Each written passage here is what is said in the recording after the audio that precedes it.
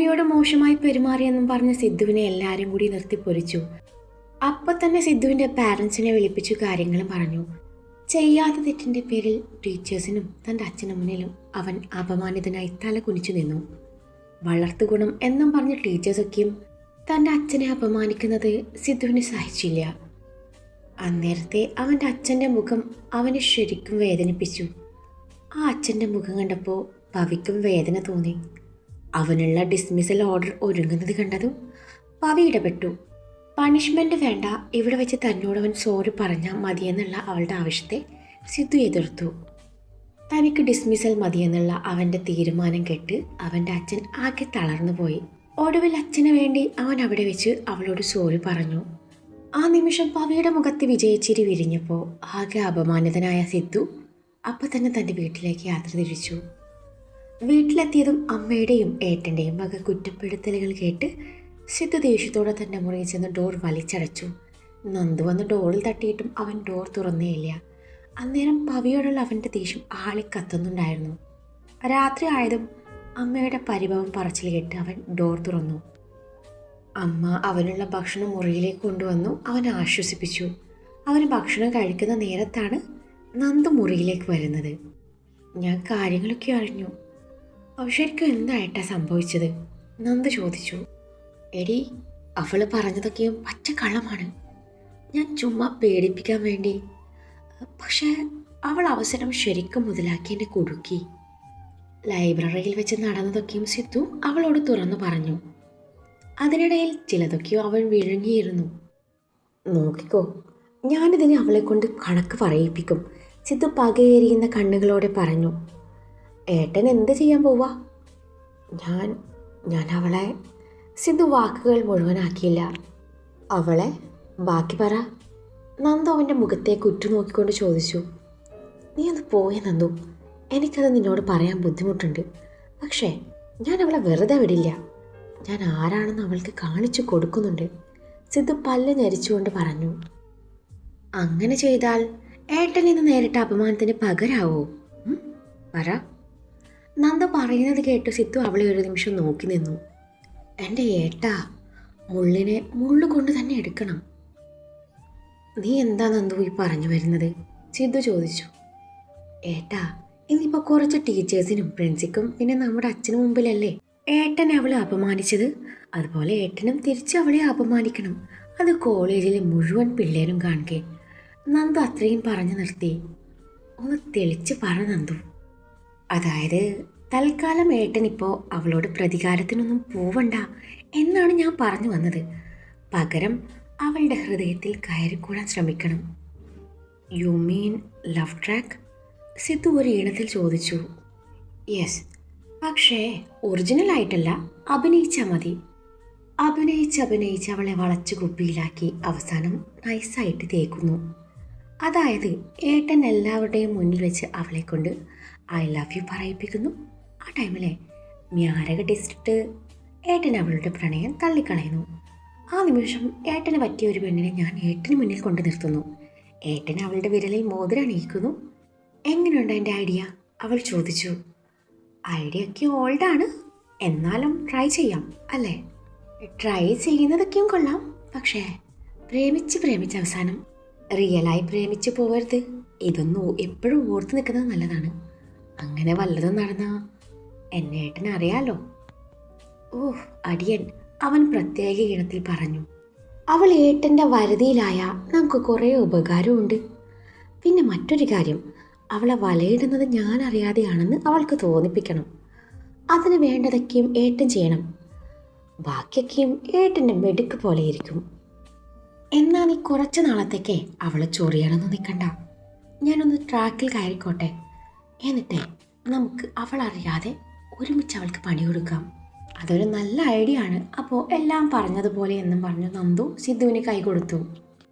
Miss പല്ലവി ഹരിദാസ്, നിനക്കുള്ള വല ഞാൻ വിരിച്ചു കഴിഞ്ഞു. നന്ദു അവിടെ നിന്ന് പോയതും സിദ്ധു നിഗൂഢമായ ചിരിയോടെ പറഞ്ഞു. പിറ്റേന്ന് രാവിലെ സിദ്ധു മടി കാരണവും നേരിയ ചമ്മൽ കാരണവും കോളേജിൽ പോയില്ല. പതിവ് പോലെ 10 മണി വരെ കിടന്നുറങ്ങിയ ശേഷം ഭക്ഷണവും കഴിച്ചു സ്ഥിരം പരിപാടിയായ സിനിമ കാണൽ തുടങ്ങി. അതിനിടയിൽ ഇൻസ്റ്റയിൽ കയറി പവിയുടെ അക്കൗണ്ടൊക്കെയും തപ്പിപ്പിടിച്ചു. നേരം ആവാറായതും തനിക്ക് സാധനങ്ങൾ വാങ്ങിക്കാനുണ്ടെന്നും പറഞ്ഞ അമ്മ അവനെയും കൂട്ടി പുറത്തേക്ക് ഇറങ്ങി. കാറിലായിരുന്നു അമ്മയുടെയും മോൻ്റെയും യാത്ര. ടൗണിലെ സൂപ്പർ മാർക്കറ്റിന് മുന്നിൽ സിദ്ധു വണ്ടി നിർത്തി. അമ്മ വണ്ടിയിൽ നിന്നിറങ്ങി സാധനങ്ങൾ വാങ്ങിക്കാനായി ചെന്നു. ആ നേരത്ത് സിദ്ധു വണ്ടിയിൽ പാട്ടും വെച്ച് പുറം കാഴ്ചകളിലേക്ക് നോട്ടമെറിഞ്ഞു. പർച്ചേസ് കഴിഞ്ഞ് അമ്മ തിരിച്ചെത്തി കാറിൽ കയറി. ആ നേരത്ത് തേജയുടെ കോൾ വന്നതും സിദ്ധു ഫോണിൽ സംസാരിക്കാൻ തുടങ്ങി. അന്നേരം അമ്മ പുറത്തെ കാഴ്ചകൾ നോക്കി നിന്നു. എടാ മോനെ, അങ്ങോട്ട് നോക്കടാ, നല്ല സുന്ദരി കൊച്ച്. കണ്ടിട്ട് ഏതോ നല്ല കുടുംബത്തിൽ പിറന്ന കൊച്ചാണെന്ന് തോന്നുന്നു. കണ്ടില്ലേ ആ പിള്ളേരെ സഹായിക്കുന്നത്? അമ്മ സിദ്ധുവിനെ തോണ്ടിക്കൊണ്ട് തൊട്ടരികിൽ നടക്കുന്ന ദൃശ്യം അവന് കാട്ടിക്കൊടുത്തു. ആ കാഴ്ച കണ്ടു ഒരു നിമിഷം സിദ്ധുവിൻ്റെ കണ്ണുകൾ വിടർന്നു. അമ്മ കാട്ടിക്കൊടുത്ത സുന്ദരി പെണ്ണ് മറ്റാരും ആയിരുന്നില്ല, പവി തന്നെയായിരുന്നു. അമ്മയോടൊപ്പം സിദ്ധുവും ആ കാഴ്ച ഒരു നിമിഷം നോക്കി നിന്നു. ഹൈവേയിലെ തിരക്കുകൾക്കിടയിൽപ്പെട്ട് റോഡ് മുറിച്ച് കടക്കാൻ ബുദ്ധിമുട്ടുന്ന സ്കൂൾ കുട്ടികൾ, ആ കുഞ്ഞു കുട്ടികളെ റോഡ് ക്രോസ് ചെയ്യാൻ സഹായിക്കുന്ന പല്ലവി. റോഡ് ക്രോസ് ചെയ്ത് കഴിഞ്ഞതും കുട്ടികളൊക്കെയും അവൾക്ക് ടാറ്റ കാണിക്കുന്നുണ്ട്. അതിലൊരു കുട്ടി അവളുടെ കവിളിൽ ചുംബിക്കുന്നുണ്ട്. തിരികെ അവളും ആ കുട്ടിയെ ചുംബിച്ചു. അച്ചൂടാ, എന്തൊരു ക്യൂട്ടാ അല്ലേ? അവൻ്റെ അമ്മ ഈ ദൃശ്യം തൻ്റെ ഫോണിൽ പകർത്തുന്നതിനിടയിൽ പറയുന്നത് അവൻ ശ്രദ്ധിച്ചു. കുരിപ്പും കുട്ടിക്കുരിപ്പും ഗജനിയും കണ്ട് ഇറങ്ങിയേക്കുക ആൾക്കാരുടെ കണ്ണിൽ പൊടിയിടാൻ വേണ്ടി. സിദ്ധു പെറുപെറുത്തു. എടാ, നീ എന്തായാലും പറഞ്ഞായിരുന്നോ? എൻ്റെ അമ്മ ഗജനി മൂവി കണ്ടിട്ടില്ലേ എന്ന് ചോദിക്കുമായിരുന്നു. അതിലുണ്ട് അമ്മ ഇതേ സീൻ. ഇതൊക്കെ ഫോണിൽ പകർത്താൻ അമ്മയ്ക്ക് വേറെ പണിയൊന്നുമില്ലേ? സിദ്ധു പുച്ഛിച്ചു. നോക്കടാ നോക്ക്, ഇത് ഗജനി മൂവിയിലുണ്ടോ? ഇല്ലല്ലോ. അന്ധനായൊരു വൃദ്ധനെ റോഡ് ക്രോസ് ചെയ്യാൻ സഹായിക്കുന്ന പല്ലവിയെ കാട്ടിക്കൊണ്ട് അമ്മ പറഞ്ഞു. എൻ്റെ അമ്മ, ഇതൊക്കെ അവള് പബ്ലിസിറ്റിക്ക് വേണ്ടി ചെയ്യുന്നതാ. കള്ളി അവള്, പേരും കള്ളി. അത് നിനക്കെങ്ങനെ അറിയാം? നിനക്ക് അവളെ പരിചയമുണ്ടോ? അമ്മ ചോദിച്ചു. അത് പിന്നെ എവിടെയോ കണ്ടു മറന്നതുപോലെ, സിധു പതർച്ചയോടെ പറഞ്ഞു. സത്യം പറയടാ, ഏതാടാ കുട്ടി? അമ്മയ്ക്ക് സാധനം വാങ്ങിച്ചു കഴിഞ്ഞല്ലോ, എന്നാ നമുക്ക് പോവാം. ആ ഗ്ലാസ് ഒന്ന് പൊക്കി വെക്കൂ, AC ഇട്ടിട്ടുണ്ട്. സിധു അത് പറഞ്ഞ് വണ്ടി സ്റ്റാർട്ട് ചെയ്തു. ഇതേ സമയം തന്നെയാണ് പവി വൃദ്ധനെ റോഡ് മുറിച്ച് കടത്തി തിരികെ നടക്കുന്നത്. ചിലു തൊട്ടപ്പുറത്ത് സ്കൂട്ടിക്കരികിൽ അവളെയും കാത്തിരിപ്പുണ്ട്. സിദ്ധുവിൻ്റെ വണ്ടി മുന്നോട്ട് നീങ്ങി തുടങ്ങി. റോഡിന് സൈഡിലൂടെ പവി നടന്നു വരുന്നുണ്ട്. റോഡരികിൽ കിടക്കുന്ന ചെളിവെള്ളം സിദ്ധുവിൻ്റെ കണ്ണിൽ പെട്ടതും അവൻ്റെ മുഖത്ത് ഒരു തരം ചിരി വിരിഞ്ഞു. പിന്നെ ഒന്നും നോക്കിയില്ല. ഗിയർ ചേഞ്ച് ചെയ്ത് ചെളിയിലൂടെ വണ്ടി പറപ്പിച്ച് വിട്ടതും അതിലൂടെ നടക്കുകയായിരുന്ന പവിയുടെ ദേഹത്ത് മുഴുവൻ ചെളിയായി. ചെളിയിൽ കുളിച്ചു നിൽക്കുന്ന പവിയെ സിദ്ധു മിററിലൂടെ കാണുന്നുണ്ടായിരുന്നു. അവൻ വണ്ടി നിർത്താതെ ഒരൊറ്റ പോക്കായിരുന്നു. You idiot! ചെളി തെറിപ്പിച്ചിട്ട് നിർത്താതെ പോയ വണ്ടിയെ നോക്കി അവൾ ദേഷ്യത്തോടെ പറഞ്ഞു. വണ്ടിയുടെ ഗ്ലാസ്സിന് കൂളിംഗ് ഉണ്ടായിരുന്നത് കൊണ്ട് വണ്ടിയിൽ ആരായിരുന്നുവെന്ന് അവൾക്ക് മനസ്സിലായില്ല. പക്ഷെ അവൾ വണ്ടിയുടെ നമ്പരും മോഡലും കളറും നോട്ട് ചെയ്ത് വെച്ചിരുന്നു. ഇതൊക്കെയും കണ്ടുകൊണ്ട് ചില്ലു തൊട്ടരികിൽ തലയ്ക്ക് കൈയും കൊടുത്തിരിപ്പാണ്. പിന്നീട് ഒരാഴ്ചയോളം പതിവ് പോലെ സിദ്ധു കോളേജിൽ ചെന്നു. അതിനിടയിൽ പവിയെ കണ്ടെങ്കിലും അവൻ സംസാരിക്കാനോ ഉടക്കാനോ നിന്നില്ല. അതുപോലെ സിദ്ധുവിൻ്റെ നിർദ്ദേശപ്രകാരം നന്ദുവും അവളുടെ മുന്നിൽ ചെന്നതേയില്ല. ഇനി അവളുടെ മുന്നിൽ ചെല്ലുന്നത് പുതിയൊരു സിദ്ധുവായിട്ടായിരിക്കണം എന്നത് അവന് നിർബന്ധമായിരുന്നു. അങ്ങനെ ഒരാഴ്ചയ്ക്ക് ശേഷം സിദ്ധു പവിയുടെയും കൂട്ടുകാരുടെയും മുന്നിലെത്തി. അതും കോളേജ് ക്യാൻറ്റീനിൽ വെച്ച്. കൂടെ സിദ്ധുവിൻ്റെ ഫ്രണ്ട്സും ഉണ്ട്. ആദ്യം ഷാനുവിനെയും വിക്കിയെയും കയ്യിലെടുക്കുക എന്നതായിരുന്നു സിദ്ധുവിൻ്റെ ഉദ്ദേശം. അപ്പോൾ പിന്നെ ഏത് നേരത്തും അവർക്കിടയിൽ കയറി ചെല്ലാമല്ലോ. അതിനുള്ള പ്ലാനുമായിട്ടാണ് സിദ്ധു അങ്ങോട്ട് ചെന്നതും. സിദ്ധു വിക്കിയുടെയും ഷാനുവിൻ്റെയും നടുവിലായി ചേറിട്ടിരുന്നു. അവിടിവിടേക്കായി അഭിയും തേജയും ജീവയും ഇരുന്നു. സിദ്ധുവിനെ കണ്ടതും പവിയുടെ മുഖത്ത് പുച്ഛം വിരിഞ്ഞു. എന്നാൽ സിദ്ധു അത് ശ്രദ്ധിക്കാതെ ഷാനുവിനെ നേരെ തിരിഞ്ഞു. താൻ നന്നായി ബാഡ്മിൻ്റൺ കളിക്കുമെന്ന് കേട്ടു, ശരിയാണോ? സിദ്ധു ഷാനുവിനെ നോക്കിക്കൊണ്ട് ചോദിച്ചു. ചെറുതായി. എന്താ ചേട്ടാ? ഷാനു വിനയത്തോടെ ചോദിച്ചു. ചെറുതായിട്ടൊന്നുമല്ല, നന്നായി കളിക്കും. താൻ കളിക്കുന്ന ടേഫിലെ ഞങ്ങളും പോവാറുണ്ടോ? അവിടെ നിന്ന് അറിഞ്ഞതാ. ഞാൻ പറയാൻ വന്നത് എന്താണെന്ന് വെച്ചാൽ, നമുക്കേ ഇൻ്റർ കോളേജ് ഷട്ടിൽ ടൂർണമെൻറ്റ് വരുന്നുണ്ട്. സിംഗിൾസ്, ഡബിൾസ്, ട്രിപ്പിൾസ് അങ്ങനെ 3ലും നമ്മൾ കോൺസെൻട്രേറ്റ് ചെയ്യുന്നുണ്ട്. ഒരു ബെസ്റ്റ് പ്ലെയർ എന്ന നിലയിൽ ഞങ്ങൾ തന്നെ കൺസിഡർ ചെയ്യുകയാണ്. നമ്മുടെ ഡിപ്പാർട്ട്മെൻറ്റ് വൈസ് ചില പ്രശ്നങ്ങളൊക്കെ ഉണ്ടാകും, പക്ഷേ അതൊന്നും ഇവിടെ ബാധിക്കാൻ പാടില്ല. ഇത് നമ്മുടെ കോളേജിൻ്റെ അഭിമാന പ്രശ്നമാണ്. കഴിഞ്ഞ തവണ നമുക്ക് ജയിക്കാൻ പറ്റിയിട്ടില്ല, ഇത്തവണ എന്തായാലും നമ്മൾ കപ്പടിക്കും. സോ അതിന് നമുക്ക് ഷാനുവിൻ്റെ സഹായം വേണം. അതിപ്പോൾ എനിക്ക് ഷാനുവിന് എന്ത് പറയണം എന്നറിയാതെയായി. എടോ, താൻ എന്തിനാ ഇങ്ങനെ പേടിക്കുന്നേ? ഞാൻ തന്നെ വിഴുങ്ങാനൊന്നും പോണില്ല. തനിക്ക് എന്ത് വേണമെങ്കിലും പറയാം. അത് പിന്നെ ചേട്ടാ, ഞാൻ കളിച്ചാൽ ശരിയാവോ? എന്നെക്കാളും നല്ല പ്ലേയേഴ്സൊക്കെയും ഈ കോളേജിൽ കാണില്ലേ? അപ്പം പിന്നെ ഷാനു തൻ്റെ മനസ്സിലുള്ളത് ആദ്യോടെ പറഞ്ഞു. കാണുമായിരിക്കും, പക്ഷേ തന്നെ പോലെ ഒരു പ്ലെയറെയാ ഞങ്ങൾക്ക് വേണ്ടേ. താൻ നല്ലൊരു ഡിഫൻഡറാണെന്ന് ഞങ്ങൾക്ക് തോന്നി. സോ തന്നെ സെലക്ട് ചെയ്തു. തനിക്ക് താല്പര്യമുണ്ടെങ്കിൽ ജോയിൻ ചെയ്യാം. അടുത്ത മാസം ലാസ്റ്റ് ആയിരിക്കും ടൂർണമെൻറ്റ് നടക്കുക. നമുക്ക് നാളെ തന്നെ പ്രാക്ടീസ് തുടങ്ങിയേക്കാം. പിന്നെ നമുക്ക് പുറമേ മറ്റ് ഡിപ്പാർട്ട്മെൻറ്റിൽ നിന്നും 1-2 പേര് കൂടി ഉണ്ടാവും. സിധു ഷാനുവിനെ കാര്യങ്ങൾ പറഞ്ഞ് മനസ്സിലാക്കി. ഇതിനിടയിൽ അവർ ഓർഡർ ചെയ്ത സോഡാലയവും ബർഗറും ടേബിളിന് മുന്നിലെത്തിയിരുന്നു. സിധു ആണെങ്കിൽ ചോദിക്കുകയും പറയുകയും ചെയ്യാതെ പവിയുടെ ലൈം എടുത്ത് ഒറ്റ വലിക്കെടുത്ത് കുടിച്ചു. ശേഷം ഷാനുവിൻ്റെ തോളിൽ തട്ടി എഴുന്നേറ്റു. പവിയാണെങ്കിൽ അവൻ്റെ പ്രവൃത്തി ഇഷ്ടപ്പെടാത്ത മട്ടിൽ അവനെ നോക്കി പല്ല് ഞെരിച്ചു. സിധു അതൊന്നും കാര്യമാക്കാതെ ഇരുന്നിടത്ത് നിന്നും എഴുന്നേറ്റ് മുന്നോട്ട് നടന്നു. അതിനിടയിൽ ഒരു മിൽക്ക് ഷേക്ക് ഓർഡർ ചെയ്ത് പവിക്ക് കൊണ്ടു കൊടുക്കാൻ വെയിറ്ററെ ഏൽപ്പിച്ചു. മുന്നോട്ട് നടക്കുമ്പോൾ ഇവനെന്താടാ വയ്യേ എന്നും പറഞ്ഞുകൊണ്ട് തേജ കൂട്ടുകാരെ നോക്കി. അഭിയും തേജയും ജീവയും സിധുവിൻ്റെ പിന്നാലെ വെച്ച് പിടിച്ചു കാര്യം തിരക്കി. നീ എന്തിനാ ആ പാവം ചെറുക്കിനെ വെച്ച് കളിക്കുന്നത്? അവന് വിട്ടേക്ക്, അവനൊരു പാവമാണ്. അഭിയാണത് പറഞ്ഞത്. എടാ, ഞാൻ അവന് ടൂർണമെൻറ്റിന് സെലക്ട് ചെയ്തതേ നല്ല ഉദ്ദേശത്തോടെ തന്നെയാണ്. പക്ഷേ അതിലൂടെ എനിക്ക് വേറൊരു ഉദ്ദേശം കൂടി നേടിയെടുക്കാനുണ്ടെന്ന് പറഞ്ഞ് സിധു ഒന്ന് വല്ലാത്ത ഭാവത്തിൽ പുഞ്ചിരിച്ചു. അവൻ്റെ മനസ്സിൽ എന്താണെന്നറിയാതെ മൂവരും പരസ്പരം മുഖത്തോട് മുഖം നോക്കി നിന്നതും സിധു തൻ്റെ റിവെഞ്ചിൻ്റെ കാര്യം അവരോട് തുറന്നു പറഞ്ഞു. എടാ, നിനക്ക് കൊണ്ടതൊന്നും പോരെ? പ്രേമാണെന്ന് പറഞ്ഞ് നീ അവളുടെ മുന്നിൽ ചെന്നാൽ അവൾ നിന്നെ ചെരിപ്പൂരി അടിക്കും. ജീവ സിധുവിനെ തിരുത്താൻ ശ്രമിച്ചു. അവന് പറഞ്ഞത് ശരിയാടാ. തമാശക്കാണെങ്കിലും നീ ഒരു തവണ അവളെ വേദനിപ്പിച്ചു. ഇനി വേണ്ടടാ, വിട്ടേക്ക്. തേജയും അവനെ പറഞ്ഞ് മനസ്സിലാക്കാൻ ശ്രമിച്ചു. ഇവന്മാർ പറഞ്ഞത് ശരിയാടാ. ഇനി നീ തലയും കുത്തി നിന്നാൽ പോലും അവൾ നിന്നെ പ്രേമിക്കില്ല. അതുമല്ല, അർജുൻ എപ്പം നോക്കിയാലും അവളുടെ പിന്നാലെയാ. എനിക്ക് തോന്നുന്നതേ അവൻ അവളോട് എന്തോ തോന്നുന്നുണ്ട്. അവൾക്കും അവന് വലിയ കാര്യമാണ്. അഭിയും തൻ്റെ അഭിപ്രായം തുറന്നു പറഞ്ഞു. നിങ്ങളിങ്ങനെ നെഗറ്റീവ് അടിക്കാതെ അവളെ വളർത്താനൊരു വഴി പറഞ്ഞതാ. പിന്നെ അർജുൻ, അവളവനെ സ്നേഹിക്കുന്നത് എനിക്കൊന്ന് കാണണം.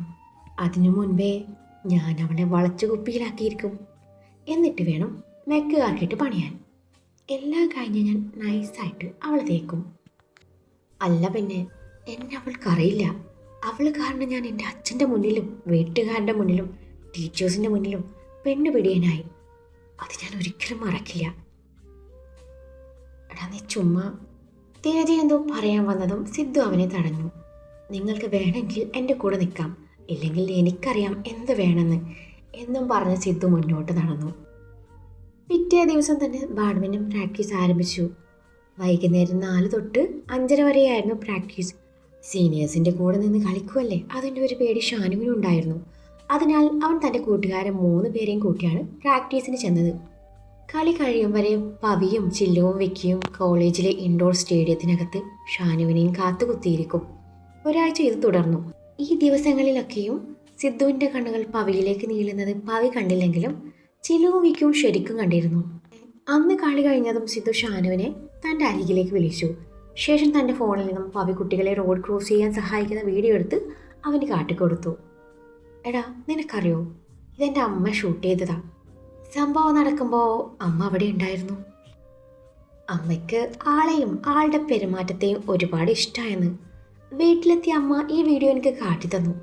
അന്നേരം ഞാൻ പറഞ്ഞു എൻ്റെ കോളേജിൽ പഠിക്കുന്ന കുട്ടിയാണെന്നും എനിക്ക് അറിയാമെന്നും. അപ്പം അമ്മ പറയുക ആ കുട്ടിയോട് അന്വേഷണം പറയണമെന്ന്. നിനക്കറിയാലോ, അവൾക്ക് എന്നെ കണ്ണെടുത്താൽ കണ്ടുകൂടാ. സംഭവം അന്ന് ഞാൻ തമാശക്ക് അവളൊരു കിസ് കൊടുത്തു പോയി. അത് എൻ്റെ കൂട്ടുകാരൻ തെണ്ടികളോടുള്ള വാശിക്ക് അറിയാതെ ചെയ്തു പോയതാ. അത് തെറ്റ് തന്നെയാ. അതിന് ഞാൻ അവളോട് അന്നും ഇവിടെ വന്നപ്പോഴും സോറി പറഞ്ഞിരുന്നു. അന്നത്തെ സംഭവം മുഴുവൻ സിദ്ധു ഷാനുവിനോട് തുറന്നു പറഞ്ഞു. സിദ്ധു പറയുന്നത് കേട്ട് ഷാനു വായിൽ പൊളിച്ച് നിൽപ്പാണ്. നീ എന്താടാ ഇങ്ങനെ ഒരുമാതിരി നോക്കുന്നത്? സിദ്ധു നെറ്റി ചൊളിച്ചുകൊണ്ട് ചോദിച്ചു. അത് പിന്നെ ഈ കഥകളൊന്നും അവൾ ഞങ്ങളോട് പറഞ്ഞിട്ടില്ല. ഷാനു പതിഞ്ഞ സ്വരത്തിൽ പറഞ്ഞു. ഇല്ലേ, എന്നാ നീ ഇത് അറിഞ്ഞതായി ഭാവിക്കണ്ട കേട്ടോ. പിന്നെ കുറച്ച് നാൾ മുന്നേ ലൈബ്രറിയിൽ വെച്ച് ഞാൻ അവളോട് മോശമായി പെരുമാറിയെന്നും പറഞ്ഞ് അവൾ എന്നെ നാണം കെടുത്തി. നമ്മുടെ കോളേജിലെ പിള്ളേർക്കൊന്നും ഇക്കാര്യം അറിയില്ലെങ്കിലും ടീച്ചേഴ്സ് മൊത്തം അറിഞ്ഞ് ഞാൻ ആകെ നാറി. ഒപ്പം എൻ്റെ വീട്ടുകാരുടെ മുന്നിലും. ഒരു പെൺകുട്ടിയോട് മോശമായി പെരുമാറിയല്ലോ മഹാഭാവി, നിനക്കില്ലടാ പെങ്ങളി എന്നും പറഞ്ഞ് എൻ്റെ അമ്മ എന്നെ ഒരുപാട് ചീത്ത പറഞ്ഞു. അമ്മ അങ്ങനെ പറഞ്ഞപ്പോൾ എനിക്ക് ഒരുപാട് വിഷമമായി. ഞാൻ അമ്മയോട് നടന്ന സംഭവങ്ങളൊക്കെയും പറഞ്ഞു. നിനക്കറിയോ ഷാനിബ്, അവൾ പറയും പോലെ ഒന്നും അവിടെ നടന്നിട്ടില്ല. അത് ചിലപ്പോൾ തനിക്കും അറിയായിരിക്കും അല്ലേ? സിദ്ധുവിൻ്റെ ആ ചോദ്യം കേട്ട് അന്നേരം അവൻ അറിയാം എന്ന പോലെ തലയണക്കി. അങ്ങനെ ചെയ്തതിൽ ആദ്യം എനിക്ക് അവളോട് ഒരുപാട് ദേഷ്യം തോന്നിയെങ്കിലും അമ്മ പറഞ്ഞപ്പോഴാണ് ഞാൻ ഓർക്കുന്നത് തെറ്റ് മുഴുവനും എൻ്റേതായിരുന്നുവെന്ന്. അമ്മ പറഞ്ഞു, അന്ന് ഞാൻ അവളോട് ചെയ്തതിന് ദൈവം എനിക്ക് തന്ന ശിക്ഷയാണിതെന്നും എൻ്റെ തെറ്റ് തിരുത്താൻ പറ്റുകയാണെങ്കിൽ തിരുത്തണമെന്നും. അന്ന് ഞാൻ അമ്മയോട് കൂടുതലൊന്നും പറഞ്ഞില്ല. പിറ്റേ ദിവസം അമ്മ ഈ വീഡിയോ കാട്ടിത്തന്നപ്പോൾ ഞാൻ തുറന്നു പറഞ്ഞു, എന്നെ മൂക്ക് കുത്തിച്ച ആ പുലിക്കുട്ടി തന്നെയാണിതെന്ന്.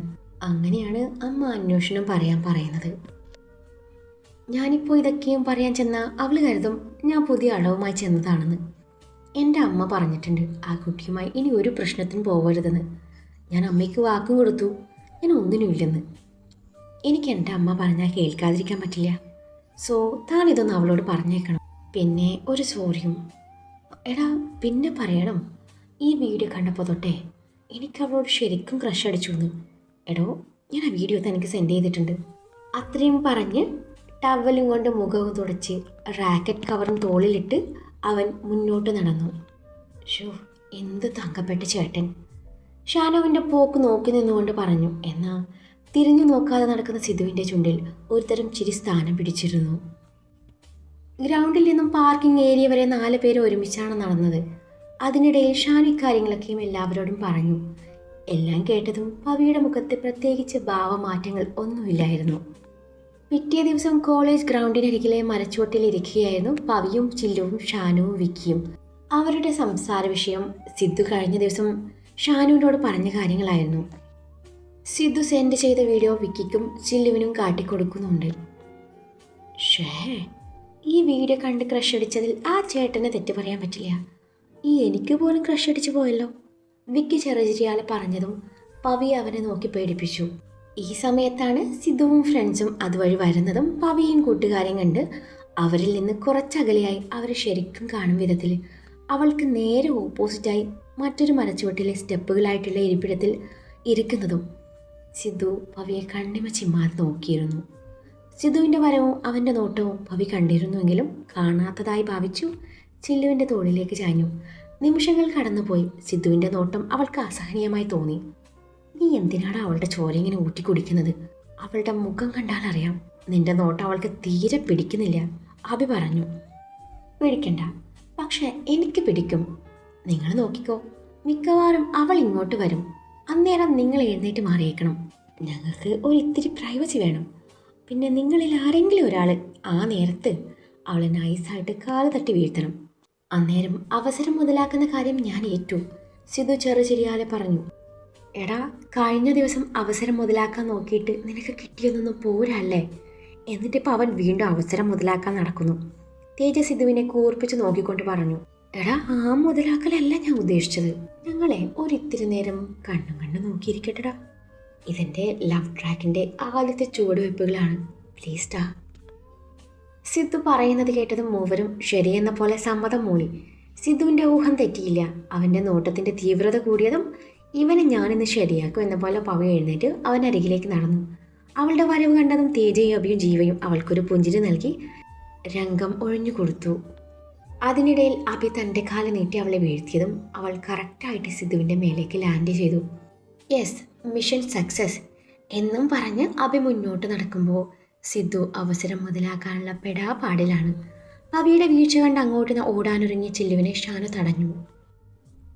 നീ കളി ഗാലറിയിൽ ഇരുന്ന് കണ്ടാൽ മതി എന്നുള്ള അവൻ്റെ ഡയലോഗ് കേട്ടു ചില്ലു വാടിയ മുഖത്തോടെ അവിടെ ഇരുന്നു.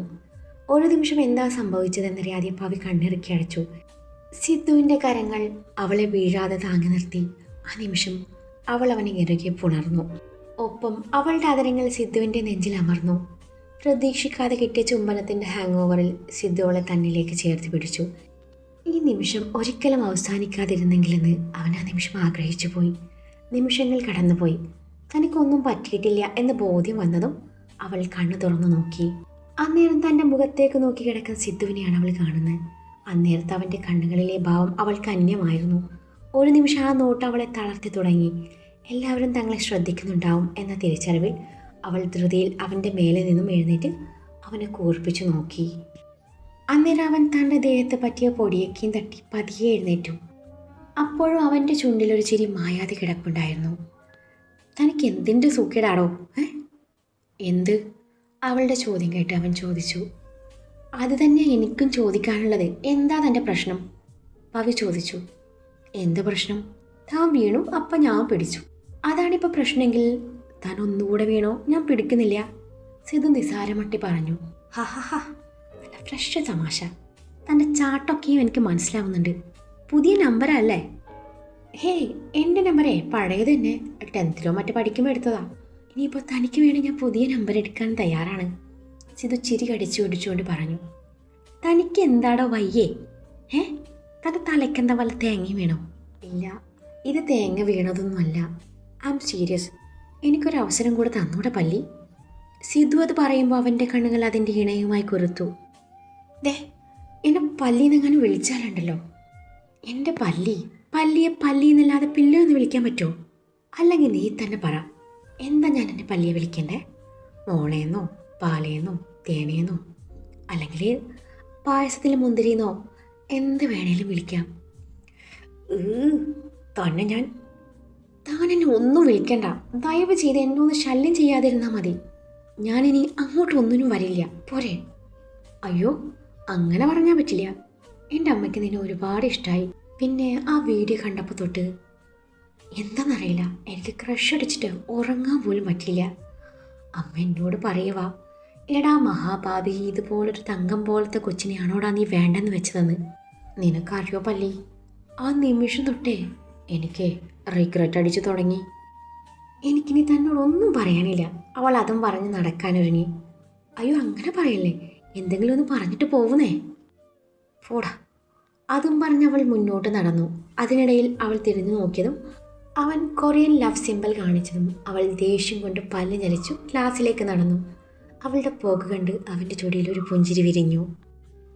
അന്ന് വൈകുന്നേരം വയറുവേദന ആയതുകൊണ്ട് ചില്ലു നേരത്തെ വീട്ടിലേക്ക് പോയിരുന്നു.